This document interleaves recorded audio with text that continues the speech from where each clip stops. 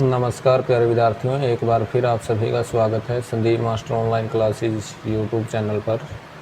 आज हम जो पढ़ने वाले हैं वो पढ़ेंगे सिंधु सभ्यता या सिंधु घाटी जो सभ्यता है भारत के अंदर, उसके बारे में पढ़ेंगे। तो आइए स्टार्ट करते हैं। जो आज का जो टॉपिक है आपका सिंधु घाटी सभ्यता। जो सिंधु घाटी सभ्यता है, अगर इसका आकार आपसे पूछ लिया जाए तो आकार है इसका त्रिभुजाकार। अगर सिंधु घाटी सभ्यता का आकार आपसे पूछ लिया जाता है तो आपने क्या बताना है, वो बताना है त्रिभुजाकार। अगर आपसे क्षेत्रफल पूछ लेता है तो 12,99,600 वर्ग किलोमीटर इसका क्या होगा, क्षेत्रफल होगा। या फिर अगर 12,99,600 ना दिया मिले तो आपने कितना करना है, लगभग 13 लाख दिया मिलेगा तो वो आपने करना है। अगर पूछ लिया जाए तो समकालीन किन सभ्यताओं की थी, जो सिंधु घाटी सभ्यता है इसको हड़प्पा सभ्यता भी कहा जाता है, कांस्य युगीन सभ्यता भी कहा जाता है, नगरीय सभ्यता भी कहा जाता है, प्रथम नगरीय क्रांति भी कहा जाता है। तो ये सभी नाम क्या है, सिंधु घाटी सभ्यता के हैं। तो समकालीन सभ्यता थी किसके, मेसोपोटामिया के, मिस्र की सभ्यताओं के। मिस्र की जो सभ्यता है नील नदी के किनारे और मेसोपोटामिया की जो सभ्यता है, उनके दोनों के समकालीन आपकी जो ये सभ्यता है वो मानी जाती है। जो मेसोपोटामिया है, जल व थल मार्ग से व्यापार का साक्ष्य यहाँ पे मिलता है। और जो दो नदियों का देश है दजला, एक नदी है दजला और एक नदी है फरात, इन दोनों के बीच का देश क्या है, मेसोपोटामिया कहलाता है। और आधुनिक नाम क्या है, आधुनिक नाम है इसका इराक। तो काल निर्धारण करने का प्रमुख स्रोत है कंकाल। अगर आपसे पूछ ले काल निर्धारण करने का प्रमुख स्रोत क्या है तो वो कंकाल हैं। और सबसे ज़्यादा कंकाल कहाँ से मिले हैं, वो मोहनजोदड़ो से मिले हैं। मोहनजोदड़ो का मीन्स क्या है, मृतकों का टीला। तो सबसे ज़्यादा कंकाल कहाँ से मिले हैं, मोहनजोदड़ो से मिले हैं। और कंकाल क्या है, काल निर्धारण करने का प्रमुख स्रोत है। अगर आपसे पूछ लिया जाए सिंधु घाटी सभ्यता का टाइम पीरियड क्या है तो 2500 से 1500 है मार्टिन व्हीलर के अकॉर्डिंग, 2500 से 1500। अगर C14 कार्बन विधि के अकॉर्डिंग पूछ ले तो वो कितना होगा, वो होगा आपका 2350 से 1750 BC बिफोर क्राइस्ट और AD आफ्टर डेथ। और BCE मीन्स अब की बार CTET में क्वेश्चन आया था तो बिफोर कॉमन एरा। तो अगर आपसे पूछ लिया जाए जो उत्तरी स्थल है वो कौन सा है सिंधु सभ्यता का और पूर्वी कौन सा है, पश्चिमी कौन सा है। अगर बात करूं मैं उत्तरी स्थल की तो उत्तरी स्थल है मांडा। और मांडा कहाँ पे है, जम्मू कश्मीर में है, अखनूर ज़िला में। और ये चिनाब नदी के तट पे है और इसकी खोज की थी जगपत जोशी ने मधुबाला के सहयोग से। और कब की थी, 1982 में। अगर आपसे पूछ लिया जाए जो उत्तरी स्थल है हड़प्पा सिविलाइजेशन का वो कौन सा है, मांडा है। और कहाँ पे है, कश्मीर में है, चिनाब नदी के तट पे। जगपत जोशी मधुबाला ने मिलकर 1982 में इसकी खोज की थी। अगर आपसे पूछ लिया जाए दक्षिणी स्थल तो दक्षिणी स्थल है दैमाबाद। और ये कहाँ पे पड़ता है, महाराष्ट्र में। और किस नदी के तट पे है, गोदावरी नदी के तट पे है।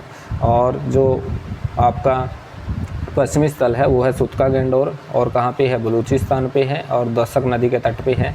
इसकी खोज की थी ऑरलस्टाइन ने, कब की थी, 1927 में खोज की थी।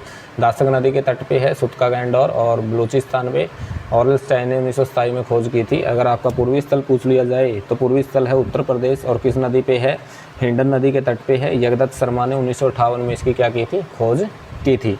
अब क्या है, अगर आपसे पूछ ले सीमा विस्तार, उत्तर से दक्षिण का जो सीमा विस्तार है आपका, ये उत्तर से दक्षिण का तो ये है आपका कितना, 1400 किलोमीटर। अगर पूर्व से पश्चिम पूछ ले ये विस्तार कितना है, 1600 किलोमीटर। तो उत्तर दक्षिण का विस्तार 1400 किलोमीटर है, पूर्व पश्चिम में 1600 किलोमीटर है। और ये वाली जो सीमा है, जलीय सीमा, ये कितनी है, 1300 किलोमीटर है। तो अब जो आपका आकार बनेगा सभ्यता का वो कैसा बनेगा, वो बनेगा ट्रायंगल आकार का, यानी कि लगभग त्रिभुजाकार जो इस सभ्यता का आकार है वो बनता है। तो नेक्स्ट पॉइंट है हड़प्पा सिविलाइजेशन से रिलेटेड। नगर मुख्य रूप से दो भागों में विभाजित थे। नगर मुख्य रूप से दो भागों में विभाजित थे, एक था पश्चिम की ओर ऊंचा दुर्ग और एक था पूर्व की ओर नगर का निचला हिस्सा। जो पूर्व की ओर होता था वो निचला हिस्सा होता था और जो पश्चिम की ओर होता था वो ऊंचा हिस्सा होता था। तो वहाँ पे क्या है, चार दीवारी परकोटे के निशान मिले हैं। तो परकोटा यानी कि अंदर की तरफ कच्ची ईंटों का प्रयोग होता था, बाहर की तरफ पक्की ईंटों का प्रयोग होता था। तो पश्चिमी और जो पूर्वी टीला है उसकी जानकारी, उसके साक्ष्य कहाँ से मिलते हैं, हड़प्पा सिविलाइजेशन से मिलते हैं। तो लोथल सुरकोतड़ा दुर्ग एक ही रक्षा प्राचीर से घिरे हुए हैं। जो लोथल है और सुरकोतड़ा है वो एक ही रक्षा प्राचीर से घिरे हुए हैं। फॉर एग्जाम्पल मान के चलो ये आपका पश्चिमी है और ये आपका पूर्वी है। तो दोनों क्या है, एक ही रक्षा प्राचीर से घिरे हुए मिले हैं। तो ये आपका क्या है, पश्चिमी टीला ऊंचाई पे बना होता था, पूर्वी टीला नीचे बना होता था। अमीर लोग इस पे मतलब बसते थे। और जो हड़प्पा सिविलाइजेशन है इसके ऊपर क्या है, माउंट एबी टीला और एफ टीला भी है। तो हड़प्पा सिविलाइजेशन में क्या है, जो आपका पूर्वी टीला है उसकी को ध्रुवीकृत किया गया था, बट पश्चिमी टीले को ध्रुवीकृत नहीं किया गया था। तो लोथल और सुरकोतड़ा ऐसी जगह है जहाँ पे दोनों को क्या है, एक ही रक्षा दीवार से, यानी कि दो टीले हैं प्रकोटे, एक ही प्रकोटे से उनको ध्रुवीकृत किया गया था। तो भवन प्राय पक्की ईंटों से बने होते थे। जो हड़प्पा सिविलाइजेशन है उसमें भवन प्राय पक्की ईंटों से बने होते थे। तो मोहनजोदड़ो से प्राप्त अन्नागार सिंधु सभ्यता की सबसे बड़ी इमारत थी। लंबाई थी 45.71 मीटर और चौड़ाई थी 15.23 मीटर। सबसे बड़ी इमारत अगर पूछ ले मोहनजोदड़ो से तो ग्रेनरी सिस्टम, तो या फिर ग्रेनरी सिस्टम ना दे रखा हो तो अन्नागार रहेगा। सबसे बड़ी इमारत थी 45.71 मीटर और चौड़ाई 15.23 मीटर थी। तो मोहनजोदड़ो का प्रमुख स्थल है विशाल स्नानागार। प्रमुख स्थल विशाल स्नानागार है जो मोहनजोदड़ो है। और लंबाई है इसकी 11.88 मीटर, चौड़ाई है 7.0 मीटर और गहराई है 2.43 मीटर। और इसमें उत्तर और दक्षिण की तरफ क्या बनी हुई थी, सीढ़ियाँ बनी हुई थी। और इसका प्रयोग धार्मिक अनुष्ठान के लिए होता था। जो स्नानागार मिला है मोहनजोदड़ो से। तो नेक्स्ट है आपका, जो सड़कें होती थी एक दूसरे को समकोण पे काटती थी। जो सड़कें थी एक दूसरे को समकोण पे काटती थी हड़प्पा सिविलाइजेशन की। और अपवाद क्या है, लोथल में खिड़कियाँ बाहर की तरफ खुलती थी। यानी कि मकान है, मकान के घरों के मतलब घर हैं जो, उनकी खिड़कियाँ सड़कों की तरफ नहीं खुलती थी, बट अपवाद के तौर पे लोथल की जो खिड़कियाँ वो बाहर की तरफ खुलती थी। तो सड़कें 13.5 फुट से लेकर 33 फुट तक चौड़ी होती थी। और मोहनजोदड़ो की मुख्य सड़क 9.15 मीटर चौड़ी थी, जिसे राजपथ कहा जाता था। मोहनजोदड़ो से एक सड़क मिली है जिसकी चौड़ाई 9.15 मीटर है और इसे राजपथ कहा जाता था। तो नेक्स्ट है आपका, सिंधु सभ्यता का बंदरगाह किसे माना जाता है, लोथल को माना जाता है। और यही क्या था, पतन नगर भी था। इस लिपि में 64 मूल चिन्ह, यानी कि अगर पूछ लिया जाए सिंधु लिपि का सबसे पुराना नमूना कब खोजा गया था, 1853 में मिला था, खोजा गया था। तो 1923 में पूरी लिपि प्रकाश में आ गई थी। और यह लिपि मुख्यतः भाव चित्रात्मक है। इसको ब्रुष्टोफैदन गोमूत्री का लिपि बोला गया है। इसको पढ़ा नहीं गया है, तो इस कारण हड़प्पा सिविलाइजेशन को आधे ऐतिहासिक में भी रखा गया है। तो सबसे अधिक प्रचलित जो, अगर इस लिपि की मैं बात करूं, भाव चित्रात्मक है, 64 मूल अक्षर हैं इसमें। और ये क्या है, 250 से 400 के बीच में शब्द है, चित्राक्षर थे। तो सबसे अधिक प्रचलित चिन्ह है यू आकार का, मछली का। और इसको गोमूत्री का लिपि ब्रुष्टोफैदन भी कहा गया है। ये लिपि अभी तक पढ़ी नहीं गई है। जो हड़प्पा सिविलाइजेशन है अभी तक पढ़ी नहीं गई है। जो नेक्स्ट है आपका, नेक्स्ट देखते हैं हड़प्पा सिविलाइजेशन के बारे में। तो महत्वपूर्ण जो स्मरणीय तथ्य हैं, यानी कि एक क्षेत्र है और संबंध स्थल हैं। काफ़ी बार क्वेश्चन पूछा गया है और एंटी नेट में पूछा गया था, बलूचिस्तान में जो स्थल हैं हड़प्पा सिविलाइजेशन के, उनके बारे में बताओ। तो यहाँ पे एक क्षेत्र दे रखा है और यहाँ पे आपको दे रखी है स्थल। तो अगर आपसे पूछ लिया जाए अफगानिस्तान में हड़प्पा सिविलाइजेशन के कौन कौन से स्थल हैं, तो सोरतुगई है, मुंडी काक है। ये 2 स्थल हैं आपके अफगानिस्तान में। अगर बलूचिस्तान में पूछ लिया जाए तो सुतका गैंडोर, सुतकोहो, बालाकोट हैं, मेहरगढ़, राना गुडई, डाबरकोट। ये सारे के सारे स्थल कहाँ पे हैं, बलूचिस्तान पे है। और पश्चिमी पंजाब या पाकिस्तान में पूछ लिया जाए तो हड़प्पा, रहमान डेरी, जलीलपुर, ये कहाँ पे हैं, पश्चिमी पंजाब में है। तो सिंध में पूछ लिया जाए तो मोहनजोदड़ो, कोटदीजी, आमरी, अलीमुराद और चूंदड़ो, ये सभी स्थल कहाँ पे आपके सिंध में हैं। गुजरात में पूछ लिया जाए तो धोलावीरा, सुरकोतड़ा, देसलपुर, लोथल, रंगपुर और भगवतराव, ये सभी स्थल आपके कहाँ पे हैं, ये आपके गुजरात में है। नेक्स्ट है आपका राजस्थान यानी कि कालीबंगा राजस्थान में है। तो हरियाणा में जो स्थल है बनावली, राखीगढ़ी, मित्ताथल और दौलतपुर, सीसवल।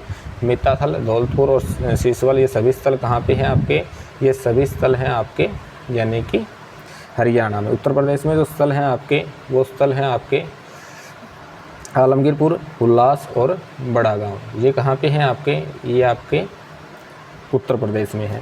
तो सिंधु सभ्यता के जो निर्माता हैं, सिंधु सभ्यता के निर्माता राखलदास बनर्जी ने द्रविड़ को निर्माता माना है सिंधु सभ्यता का। डॉक्टर लक्ष्मण स्वरूप ने आर्य को माना है। एम रामचंद्र ने भी आर्य को माना है।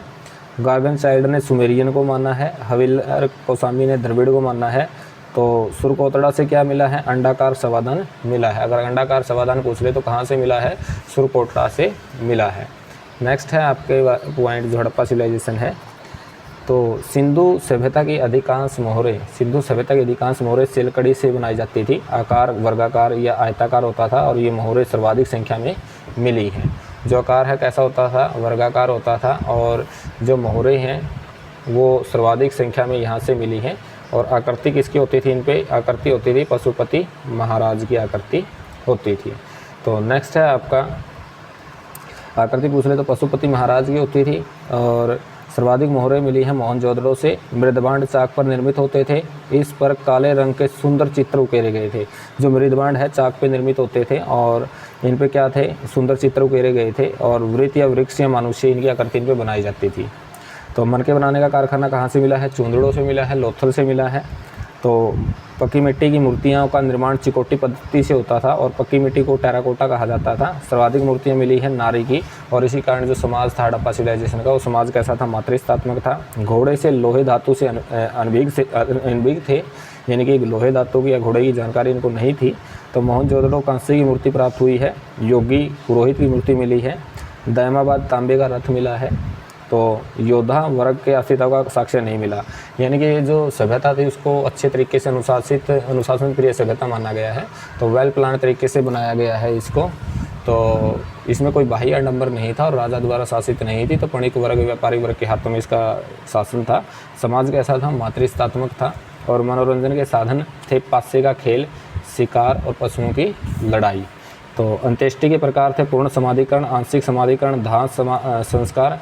पूर्ण समाधिकरण, आंशिक और जो दाह संस्कार है ये अंत्येष्टि के क्या थे, प्रकार थे। हड़प्पा के दक्षिणी पश्चिम में स्थित कब्रिस्तान को एच का नाम दिया गया है। लोथल से जो कब्रिस्तान मिला है उसमें जो शव है, शव का जो सिर है पूर्व में है और पैर कहाँ है, पश्चिम में है। और यहीं से क्या है वो करवट लिए हुए है। जो शव मिला है लोथल से, उसका सिर है पूर्व में और पैर है पश्चिम में, और यहाँ से जो शव है करवट लिए हुए है। तो नेक्स्ट है, इस सभ्यता का शासन वणिक वर्ग के हाथों में था। अगर पूछ लिया जाए हड़प्पा सिविलाइजेशन का जो शासन था वो किसके हाथों में था, वणिक वर्ग के हाथों में था।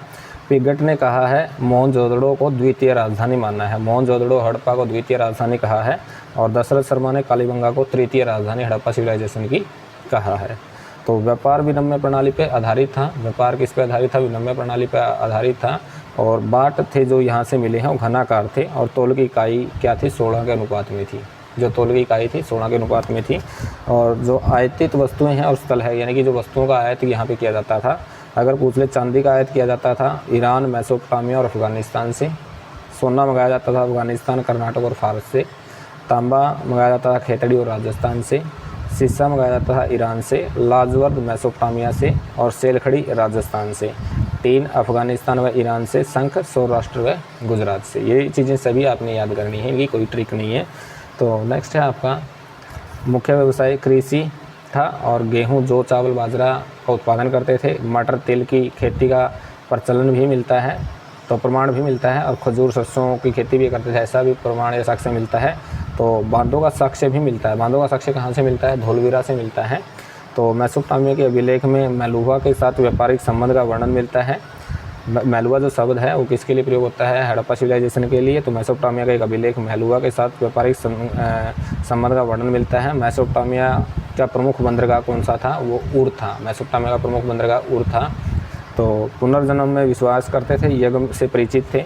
पतन के लिए उत्तरदायी कारण यानी कि जलवायु परिवर्तन मानना है तो वो माना है ओरल स्टाइन ने। प्राकृतिक आपदा यानी कि के कारण इसका पतन हुआ, ये माना है कैनेडी ने। और बाह्य आक्रमण, गार्गन चाइल्ड, पिगट, बाह्य आक्रमण के द्वारा इसका पतन हुआ सभ्यता का, गार्गन चाइल्ड और पिगट ने माना है। प्रशासनिक स्थिरता मानना है मार्शल ने। बाढ़ मानना है मार्शल मैक्योर, एसआर राव ने। मोस्ट इंपॉर्टेंट है। और प्रशासनिक स्थिरता किसने माना है, मार्शल ने माना है। भूकंप माना है राइक्स ने। तो जो सैंडो संस्कृति है उसके 3 चरण है। आरंभिक या प्राक हड़प्पा सभ्यता जो 3200 से 2600 BC है, यानी कि नगरीय जीवन का जहाँ पे बीजारोपण हो रहा था। परिपक्व या हड़प्पा सभ्यता 2600 से 1900 BC विकसित रूप था। और उत्तरोत्तर या हड़प्पा सभ्यता 1900 से 1300 BC का काल है। इसमें नगरीकरण का पतन हो रहा था। तो हड़प्पा को तोरण द्वार का नगर कहा जाता है या गेटवे सिटी कहा जाता है। मार्टिन व्हीलर ने ऋग्वेद में वर्णित हरियूपिया की पहचान किससे की है, हड़प्पा से की है। दीवारों का आकार मिला है एल आकार का, यानी कि जो कोने होते थे दीवारों के वहाँ पे एल आकार की ईंटों का प्रयोग किया जाता था। तो आज हमने पढ़ा हड़प्पा सभ्यता की जो भूमिका है, जो बेसिक जानकारी हड़प्पा सिविलाइजेशन के बारे में। और कल हम इसके बारे में जो प्रमुख स्थल हैं कहाँ से मिले हैं और उनकी विशेषताएं क्या क्या हैं और वहाँ से क्या क्या साक्ष्य मिले हैं, खुदाई किसने की, तो उनके बारे में पढ़ेंगे। तो आज के लिए इतना ही। प्लीज़ चैनल को ज़्यादा से ज़्यादा शेयर करें और सब्सक्राइब करें। धन्यवाद। Good luck.